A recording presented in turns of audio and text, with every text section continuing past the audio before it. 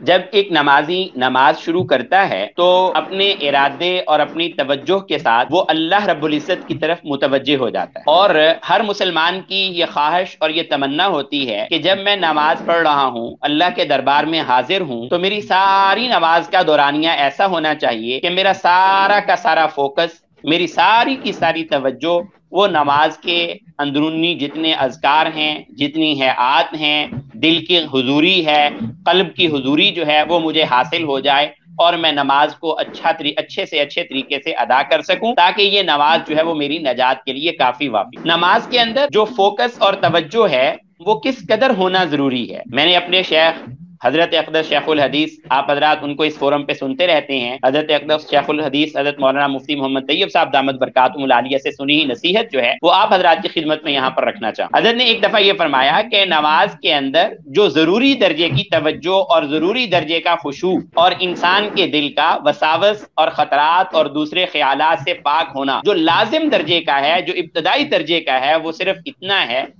کہ جتنا کہ ایک آدمی کا اپنی بات کرتے ہوئے اپنی بات کی طرف دھیان ہوتا ہے، اگر نماز کے اندر پہلے درجے میں ہم صرف اتنی توجہ حاصل کرنے پہ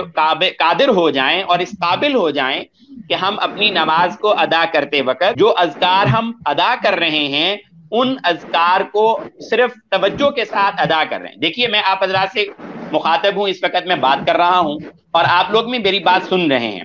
لیکن عین اس گفتگو کو کرتے وقت اور عین اس گفتگو کو سنتے وقت بس منظر کے اندر ہماری سوچ کے اندر اور خیالات بھی گزر رہے ہیں، میرے بھی ذہن کے اندر کہ میں نے اگلا مضمون کیا بیان کرنا ہے وہ سمجھ آ رہا ہے، ذہن میں تانا بانا اس کا چل رہا ہے، اور ایسے ہی آپ حضرات جو سن رہے ہیں اس کو سمجھ رہے ہیں، اس کو پرسیو کر رہے ہیں، اور اس کی جو پرسیپشن ہے آپ کی بن رہی، اس کے مطابق آپ کہی ہوئی بات کو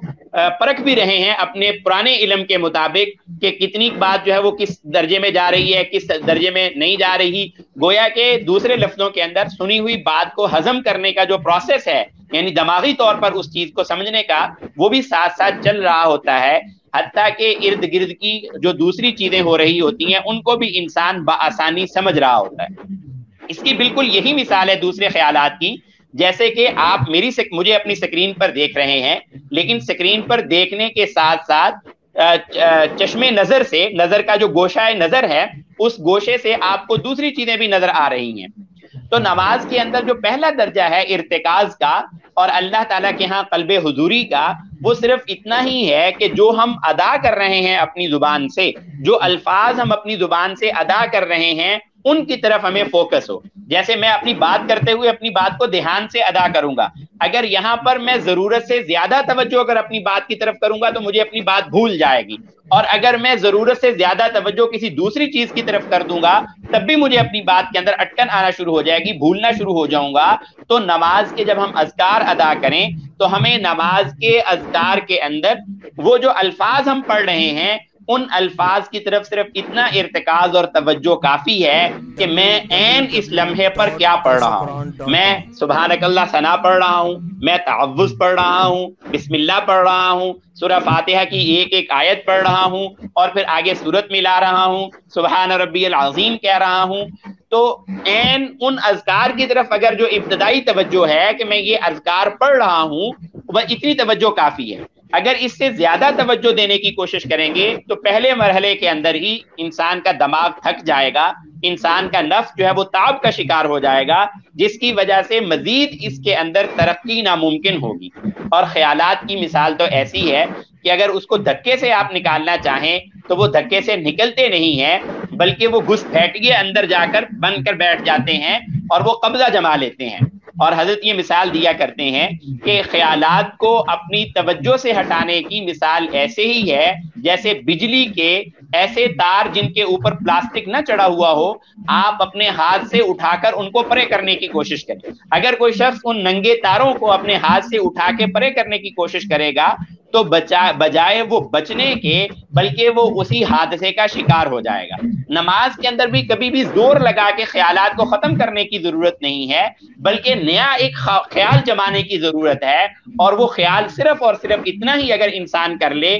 کہ میں اس وقت اپنے رب کی ثنا کر رہا ہوں، میں اس وقت اپنے رب سے تعوذ مانگ رہا ہوں، میں اس وقت تسمیہ پڑھ رہا ہوں، میں اس وقت سورہ فاتحہ کی تلاوت کر رہا ہوں، میں ساتھ سورہ ملا رہا ہوں، میں تسبیحات پر ہوں، اتحیات پڑھ رہا ہوں، درود شریف پڑھ رہا ہوں، تو اتنی توجہ کافی ہے۔ لیکن ہمارے ساتھ ایک مشکل یہ ہو جاتی ہے کہ ہم نے ان اذکار کو یاد ضرورت سے زیادہ کر لیا ہوا ہے، جس کی وجہ سے یہ بجائے توجہ کے ساتھ پڑھے جانے کے بغیر توجہی کے بھی یہ ادا ہوتے چلے جاتے ہیں۔ یہی ایک خرابی ہے۔ اس کے حوالے سے ہمیں تھوڑی سی کوشش کرنے کی ضرورت ہے کہ کس طریقے سے ہم اس کے رٹے ہوئے جو انداز ہے اس سے نکل کر بغیر رٹے ہوئے انداز کی طرف آ جائیں، تاکہ جو ابتدائی درجے کی توجہ ہے، جو ابتدائی درجے کی حضور قلب ہے، وہ ہمیں حاصل ہو جائے۔ تو بات کا خلاصہ آخر کے اندر پھر میں یہی عرض کروں گا کہ نماز کے اذکار کی طرف اگر ہم صرف اتنی توجہ حاصل کرنے کے اندر بھی کامیاب پہلے درجے میں ہو گئے کہ ہم کیا ادا کر رہے ہیں، ہم اللہ تعالیٰ کی تسبیحات میں سے کون سی تسبیح پڑھ رہے ہیں، تو یہ بھی ہماری نجات کے لیے کافی ہوگی۔ رسول اکرم صلی اللہ علیہ وسلم نے فرمایا کہ جو شخص 2 رکعات اس طور پر پڑھے کہ اس کے اندر اپنے ارادے سے کسی خیال کو نہ لائے، تو اللہ تعالیٰ اس کی مغفرت فرما دیتے ہیں اور اس کے لیے جنت لکھ دیتے ہیں۔ یہاں رسول اکرم صلی اللہ علیہ وسلم نے یہ نہیں کہا کہ اسے کوئی خیال ہی نہ آئے، بلکہ یہ کہا ہے کہ اپنے ارادے سے کوئی خیال نہ لائے۔ تو اپنے ارادے سے خیال نہ لانے سے بچنے کے لیے اگر اتنا کام کر لیا جائے کہ جو اذکار پڑھ رہے ہیں ان کی طرف توجہ ہو،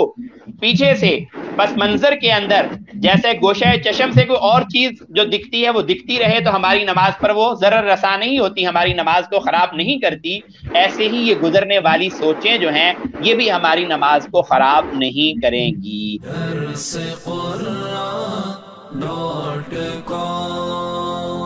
www.darsequran.com